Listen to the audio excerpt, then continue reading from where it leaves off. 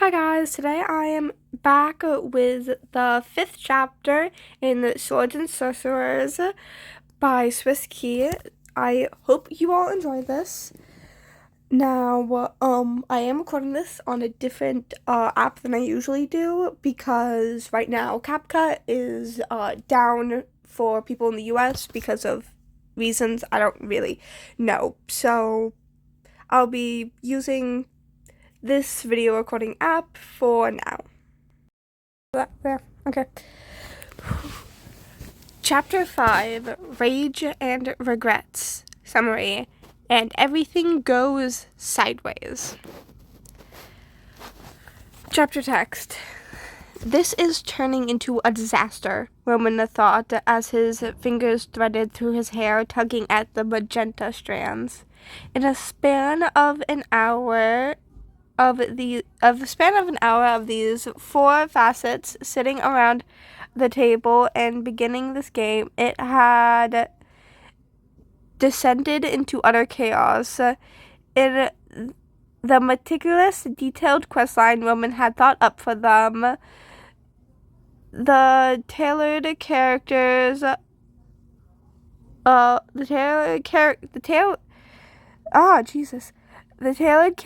of Prince Roman was supposed to enter the tavern, ask for people to join him on his quest, be groveled to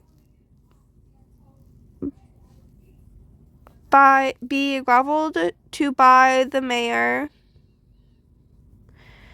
join up with a paladin and a mage, wrangle the thief, and the four of them would be on their merry way. Simplistic itself, or so that the fanciful side had thought.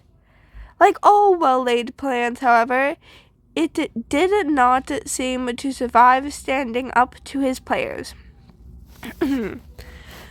What do you do? Roman asked, having painted the picture for his players of Prince Roman entering the tavern after a hard day's ride.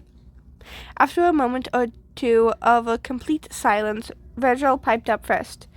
Is everyone's attention on the man who just entered? Roman paused for a second before responding.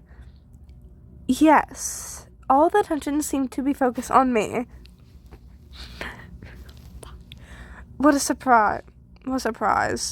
Logan muttered under his breath. What was that? The prince asked the logical side with a touch of irritation.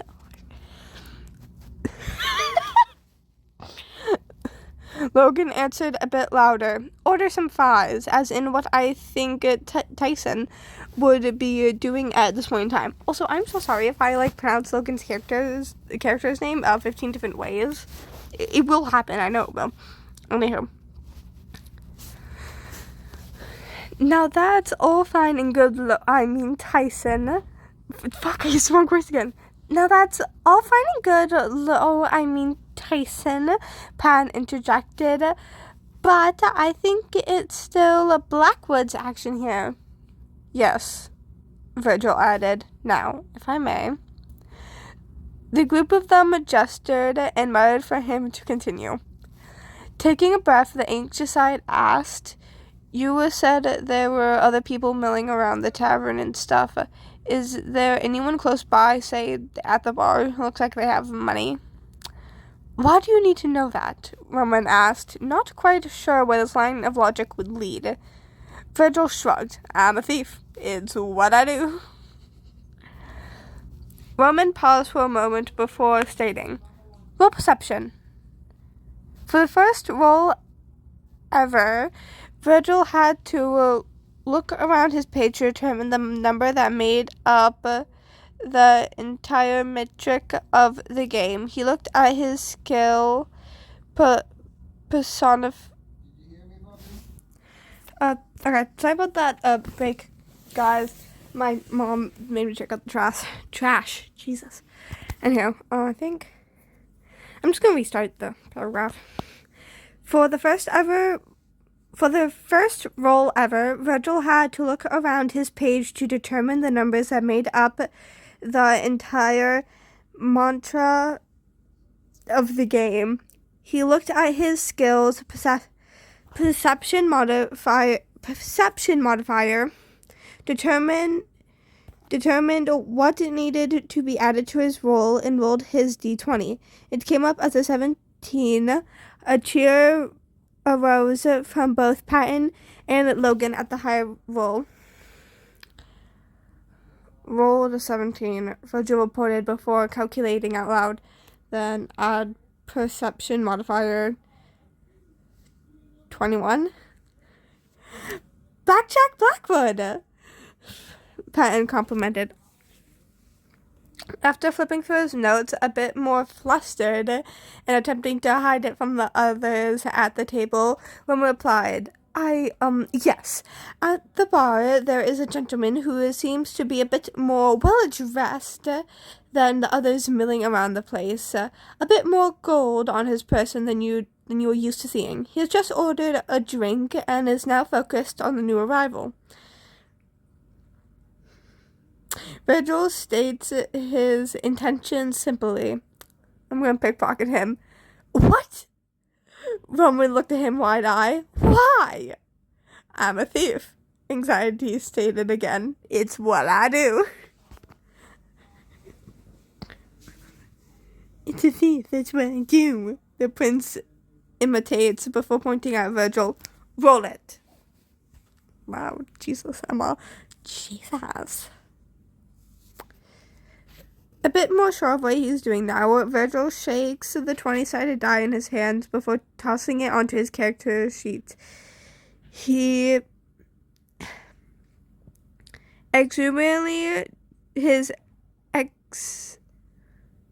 exuberance drops as he looks up with a grimace.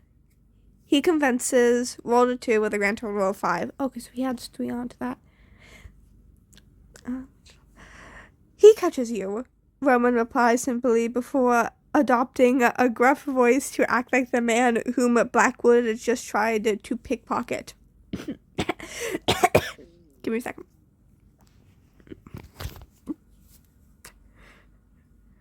What do you think you are doing? Do you know who I am?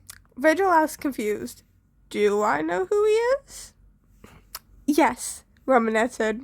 He's the mayor.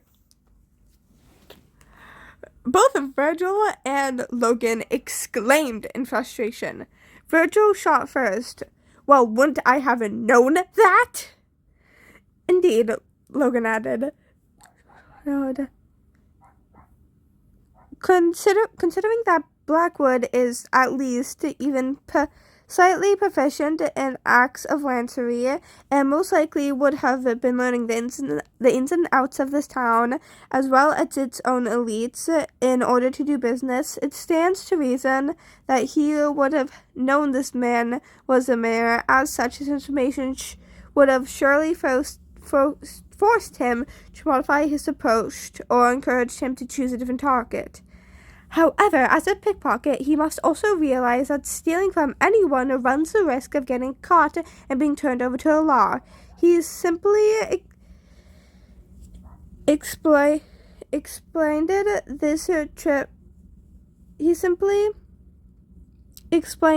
trip this time. Roman reasoned before turning back to Virgil. 4 other men at the bar turned to face you. They seem to be the mayor's hired bodyguards, and they are armed. Virgil groaned, but accepted, thinking for a moment before proposing. I'm going to bluff my way out of this. No, Jesus. The anxious side looked down and cleared his throat before looking back up at Roman with a sympathetic sparkle in his eye. Okay, what voice am I going to give him? Please, Mayor, sir, I was just trying to get past you to order a drink of my own. For your bluff, Roman told him. Oh, Jesus, I need to plug in my phone. Hold on.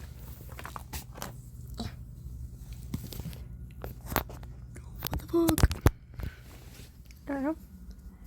Patton then piped up. Can any of us hear what's going on between them? I would imagine so. Logan answered, looking from the moral side to the fanciful side. I mean, you're at the bar, and the mayor just drew attention by yelling. Roman just waved it off. If you're at the bar, yes, you can hear the exchange, but you also have to roll a sense of motivation check as to where you believe the thief or the mayor. Virgil, roll your bluff. The pitter-patter of 2 d20s rolling on the table was followed quickly by their results. Rolled a 10, which would make a 13. Virgil revealed, I rolled a 1. Patton declared, and eyes sprang open from the other 3 players. What, is that bad? Critical fail on a sense motivation check. Roman explained. Logan reasoned. Wouldn't that just mean he's purely convinced of Blackwood's truthfulness? And did I manage to convince anyone else? Virgil added, like any of the armed men who are about to skewer me. Roman rolled his own sense motivation rolls. Roman rolled his own sense motivation rolls, but behind his own screen before looking up at Virgil opposite him, looking at Virgil opposite of him, and shaking his head. No, the mayor and his guards aren't moved by your story, but it would appear that a heavily armored warrior further down the bar looks to get a better view of what's going on.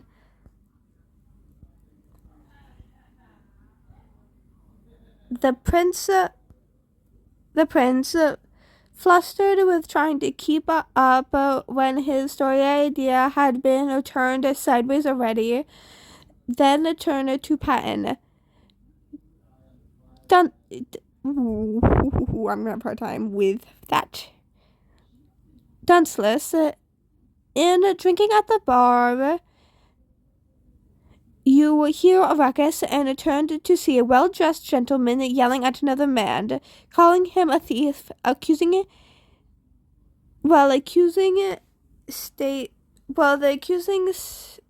accuser states quite convincingly to you that he was just trying to order a drink of his home own. The well-dressed man and the guards appear to be ready for a fight. What do you do? Patton shrugged. If someone's getting picked on, I guess it's only right to stand up for him. Patton, you precious baby.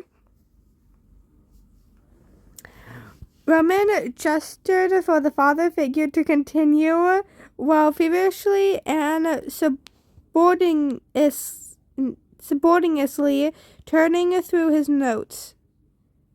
I don't know how to say that. Whatever.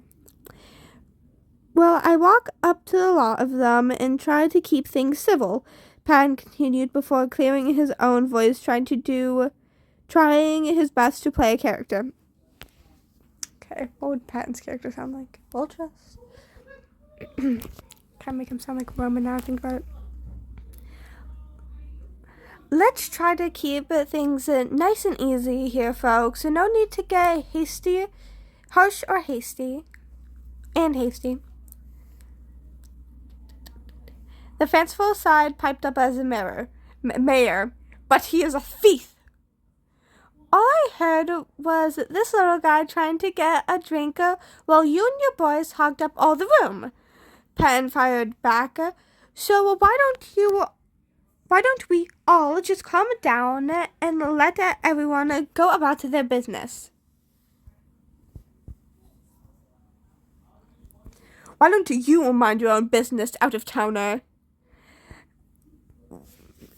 Roman answered. The moral side first had a look of shock on his face before seeming to realize it's a part of the game. Oh, I'm so sorry. Patton actually turned in his chair to face Roman, and a dead serious look on his face. My business is protecting the weak and innocent from getting stepped on. He tried to steal my money, Roman asserted. think that's what that word is. Smart. Patton shot back. He was trying to get past. You are a blind fool who'll hang alongside this... What is that word? See? Hold on, I need to look up what that word even is. We're taking a detour so I can figure out what that is, because I've never seen... So...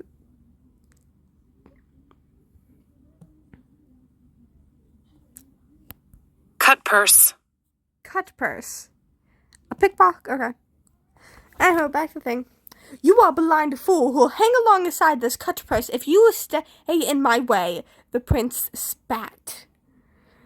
A moment of silence filled the room, the tension thick as Virgil and Logan looked between Patton and Roman, actually wondering whether the two would come to blows out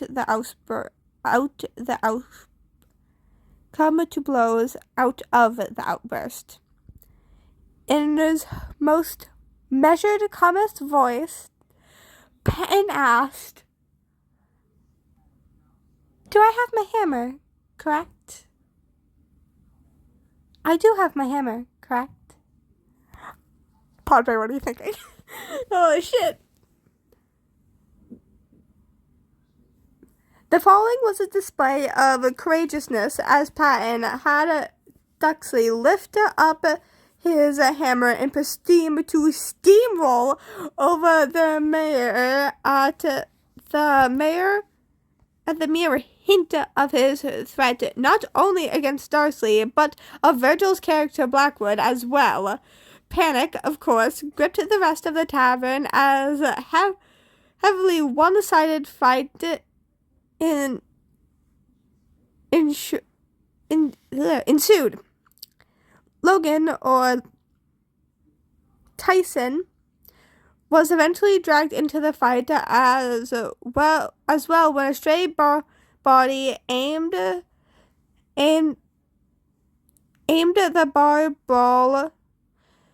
ball came crashing into him. One misfire ball later saw the bar blazed, with the fire eventually spreading to the tavern itself, with Blackwood doing his best to simply avoid destruction wherever he could. Roman himself, too stunned in how quickly the humble beginning of his story had gone so horribly away.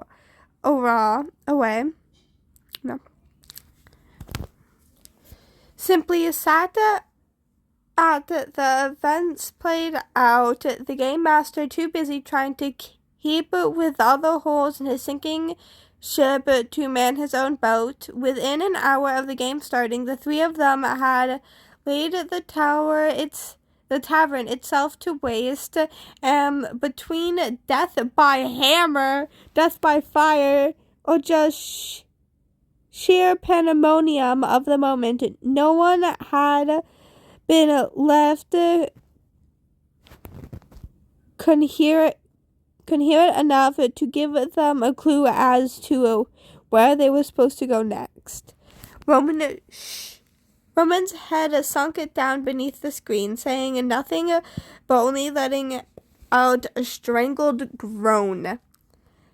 "Kill me now," he thought to himself as he slowly bashed his head into the table repeatedly, each time the light impact resounding in a dull thump.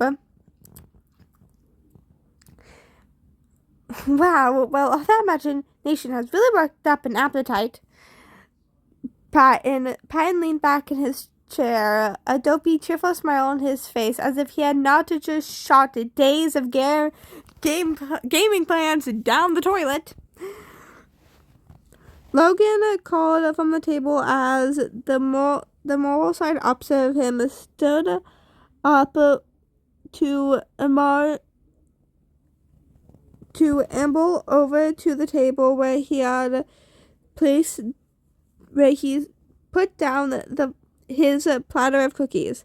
"I still don't see how you, with your one hammer, however impressive, can match the debilitating effects of not only several burns, but also smoke inhalation.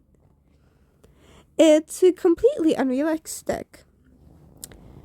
What's completely unrealistic is how close I came to death multiple times thanks to you two.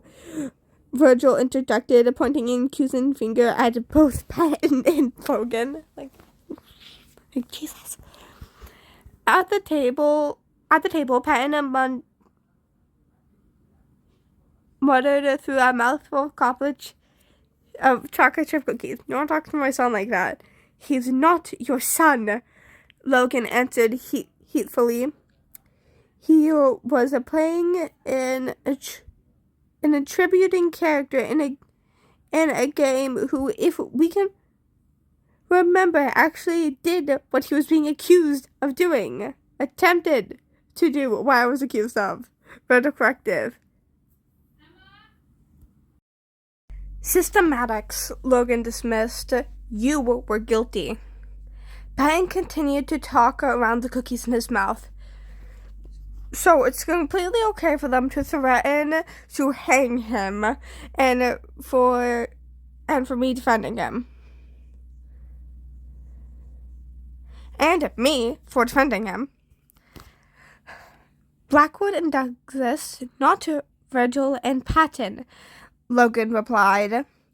And does that mean it's completely okay just to smash them all with a hammer?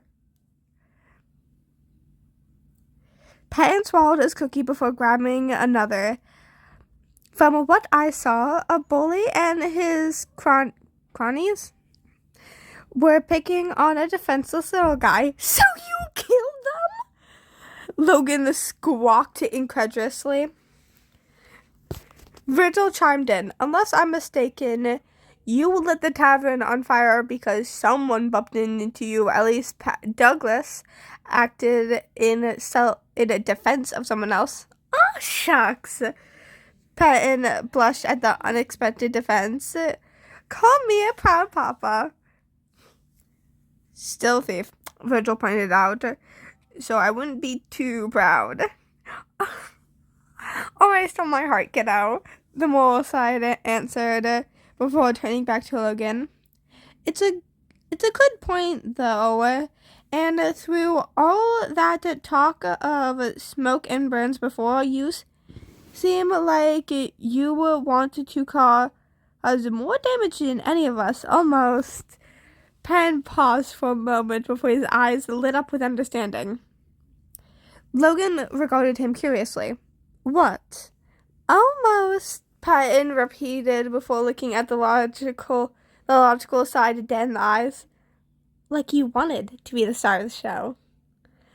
Another pause swept through the room as the accusation seemed to settle in the air. Logan tried to explain, tongue-tied as his mouth tried to keep up with the racing thoughts in his head. No, that is not the reason why I did. I was simply stating that there was a more effective. Up until you joined in, it was pretty much just me and Patton, Virgil interrupted. Patton and me. Logan corrected him venomously. The anxious side dismissed the obvious deflection. Whatever. I mean, it's totally okay, Patton comforted, but with a little grin at the edge of his lips. It's just a game, right? It's okay to want to be in the limelight. I barely contained giggling and noticeably frustrated Logan before his own eyes widened in understanding. It's the room. The what? Patton asked, not following logic's line of thought. The room, Logan bursted before explaining. We're in Roman's room, the seat of passion and fantasy, and where the love is performed within a Thomas was born and fostered. It all makes sense. Ah. Patton looked at Logan with a slacked jaw before weakly offering, "Cookie?" "Meaning you're under the room's influence," Virgil asked, trying to put together the reason behind the logical sides of blabbering. "Yes," Logan exclaimed before he continued, "but it's not just me, you two as well." He was met with vacant looks as he went on to explain. "Virgil, at the very beginning of the game, you acted very unlike yourself in being the first to ask a question about the surroundings and the first to actually take a risk by pickpocketing the mayor. In any other situation, you have had bidden your time, see how the mechanics of the game flowed, and then moved with them. Go with the flow." Patton giggled under his breath. "And you, Patton," Logan continued, hurling what appeared to be an accusatory finger at the other side. "Well, you have shown in the past to have something of a soft spot in protecting Virgil from harm or criticism, changing to his rescution. The rescution of his character, no less, whom your own character doesn't even know, seem quite reckless." "Like a Gryffindor!" Patton gasped, his hands to his mouth and wide eyes. "Not to mention the fact that even as just a character in the game, you thought tooth and nail to protect someone you loved." Logan continued to read it. "Quite a passionate act."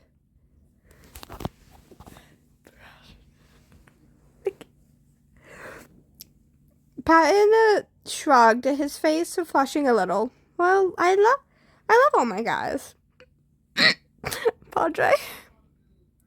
Logan kept sweeping his steam of consistency.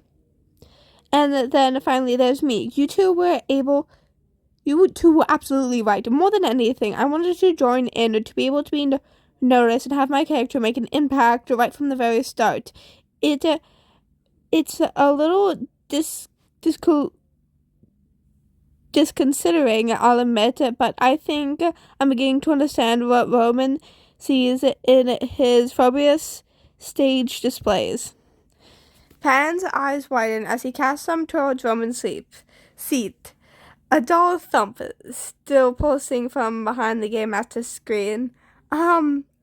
Speaking of Roman," Virgil and Logan continued their conversation undeterred. "Are you saying that we're only going to get more?" Virgil asked, before gesturing to the three of them like this. Logan answered, "Quite possibly. I think the best course of action is for us to monitor to the carbon rooms. That way, if we wish to continue, we can do so without the room's influence affecting our judgment." The thumping continued to drone on, Roman's legs unmoving under the table as Patton squeaked, "Guys?" I agree. Virgil nodded before the two of them stood up. "Come on, Patton." Logan gestured towards the Moral side, who was still rooted in his spot. "And you two women, I understand that this was something you had planned, but maybe it is a little too much for a first go-around." Patton squeaked again, not a word coming from his mouth, as Logan and Virgil followed his gaze. Aside from the dull thumping of his head against the table that had persisted throughout the whole conversation post-Tavern Havoc, Roman hadn't made a move or a sound over the last several minutes. It was truly an eerie persistence, considering the prince's usual priority for speaking at lengths regarding of whom was around him, or even had to wish to hear him, to see him, or rather only the lower half of him below the table, so still and silent, was unsettling. Logan cleared his throat nervously. Roman, while this was a valiant effort on your part to get us all together for a fun evening activity, I think maybe we should move to another setting. Perhaps the common room or the kitchen. Perrin added, his voice trembling. It's a fun game, buddy. Why don't we set back up downstairs? Virgil himself was too stunned or frightened to speak or move, his eyes watching the scream as the doll thump, thump, thump continued through the air. All of a sudden, the thumping stopped. And then, from the table, in a low ramble of Roman's timbers, but not his usual whimsy, a voice answered. What makes you think you'll be going anywhere? From the side of the screen, Roman's arm stretched out slowly, then in a flash he swiped it across his table, sending the screen and sacks of papers and dice, patents and facts, scattering across the wooden floor. It was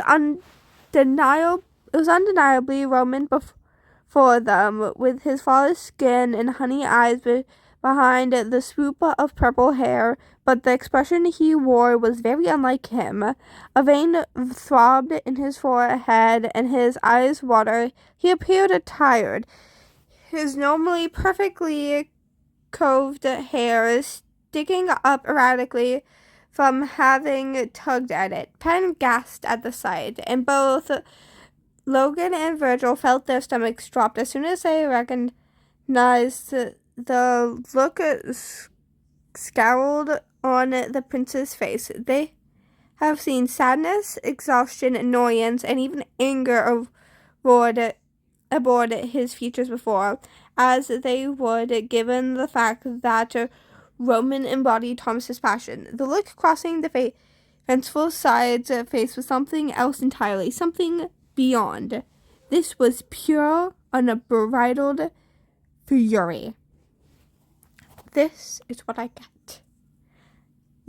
Roman's eyes bored into the other three sides before him, all of them staring at him with a mixture of fear and uneasy foreboding. The prince's hand twitched and flexed, one of the fingernails digging into the table, the other one digging into the armrest of his chair, actually ripping through the leather and touching the stuffing underneath. It was taking every ounce of control he had not to simply throw himself at the other sides. His mind raced with words and inattentions and disappointments, unable to keep within the deluge of emotions and thoughts that overwhelmed him. This is what I get for having an idea. This is what I get for acting on an idea that was mine alone, one that I did not have to share with Thomas to give him inspiration, one that I could keep all to myself. This is what I get for wanting to share that idea with the other access, my so-called friends, for doing my best to include them in something that had made me happy. I showed them something I loved, something I worked hard on, something I slaved over for weeks to make sure that every detail was perfect. I went to each of them, wanting to surprise them, putting myself on the line but to be rejected or humiliated. I brought them to my room, my personal realm of fantasy and wonder and awe, a place to give them a little nudge so they he wouldn't have to worry about being silly when portraying these characters that I specifically designed for each of them. I gave them to me. Hey, Princey, Patton coaxed, taking a step or two towards the table. So, I can tell you're kind of miffed. Want to talk about it? And they squashed it. They took a quest that would have given them no ends of They took a quest that would have given them no end of thrills and surprise and dangers, and twisted it until it was nothing. Even that could have been forgiven. They were so new to this after all, and they all bickered among themselves, throwing good-natured jabs about how they hadn't done enough, how Logan couldn't have done more than to lay the waste of my lands of fantasy, how he, in reality, would have done more damage, how Patton saw this as some kind of insane board game and not something to experience, to actually be a part of a fairy tale and have a say in how a story unfolds. And Virgil, he was the only one to make the first twist that made everything fall apart.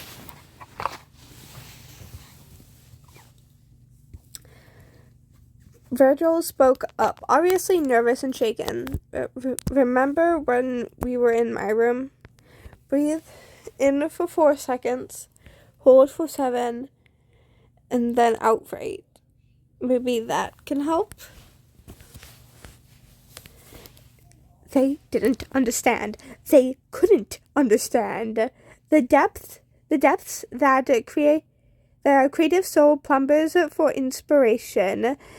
They make up logic, emotions, and insecurity of one person. Yes, I represent Thomas's creativity and passion, but I'm so much more than that. I am his dreamer. I create worlds and the people and things within them, all inside the mind. Every rock and hill and blade of glass, every lion, rabbit, and spider, every man, woman, and child across hundreds of fictional fantasy worlds that Thomas can pull from on a whim. My God, even the inspiration for Sanicides themselves was due to my genius in no small part. Logan joined in, trying to simulate Patton and Virgil to give some kind of comfort. You're angry at us. Can you help us understand?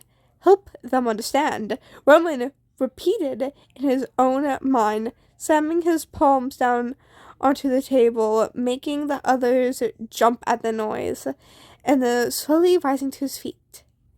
I can help them understand. I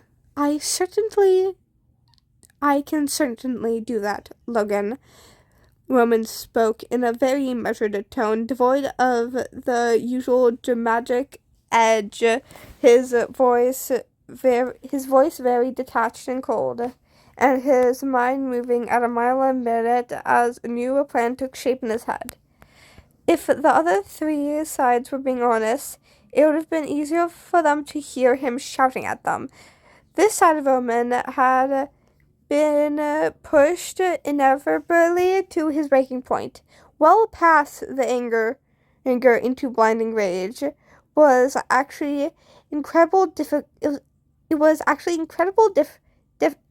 difficult for them to watch as he came out from behind the table, his boots making foreboding thumps along the floorboard with each calculated step. Roman moved towards them, his eyes roaming against each spot. The prince locked eyes with Logan. You wanted a more realistic experience? Even the logical side's cool exterior could not shrug off the frost in Roman's voice as he stammered. No, I was merely stating that. Roman interrupted by turning his glance to Patton, who he recoiled at the sight. You wanted a chance to be an actual hero. Patton simply stood there and shook his head, fear having taken away his ability to sleep. The fanciful side turned to Virgil. You would like an opportunity to do whatever you would like. Virgil shook his head, muttering under his breath, No, no, no, no, no, no, no, no, no, no, no, no, no, no, no.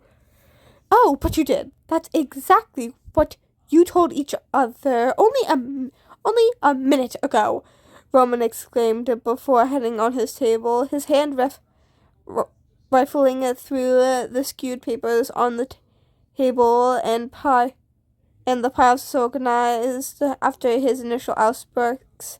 The prince continued. You see, each of you will turn this game on its head.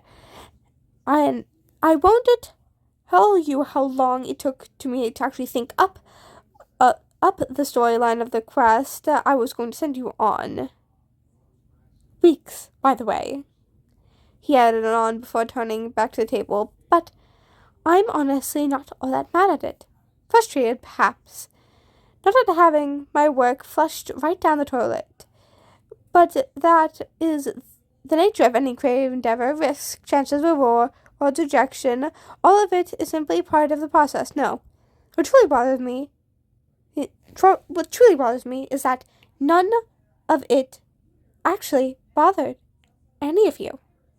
I went to each of you with my heart in my hands, painstakingly creating the story and the outfits and the characters, giving you the aura of my room in which to flourish as these new personas, and it was all a joke. His hands fell upon the world map he had created, showing the island of Isa and its various landforms and cities. It looked and felt like old parchment. He narrowed his eyes and quivering fingers. He had actually made this map by hand. He stained the paper and gave light touches with sandpaper to roughen it out. Sat it down with a dip of pen and ink to make certain every detail of it was perfect and appeared hand-drawn, because it was. Just another bit of his work that was unappreciated. No more. He picked up the map of Isra before his voice sounded again. I am going to give you all the greatest gift I can possibly think of. One that I know you will appreciate. Patton finally spoke up, trying to do his best to help as only a father can. We do appreciate you, Roman. Roman looked over his shoulder, looking at Patton as a smile crossed his face. It's all right, Patton. We're still going on an adventure. The words hung ominously in the air, but before any of the sides could react to the meaning of Roman's words, the prince extended his arm to the heavens and snapped his fingers. With a burst of white-red light and a crack like thunder, in an instant everything went back. No Patton, no Logan, no Virgil, no Roman, no room, no table, no paper or dice, just nothing. A pair of green eyes and gloves above where Roman just stood, and, well, everything faded to black around the four facets. Only those eyes remained, burning in the darkness.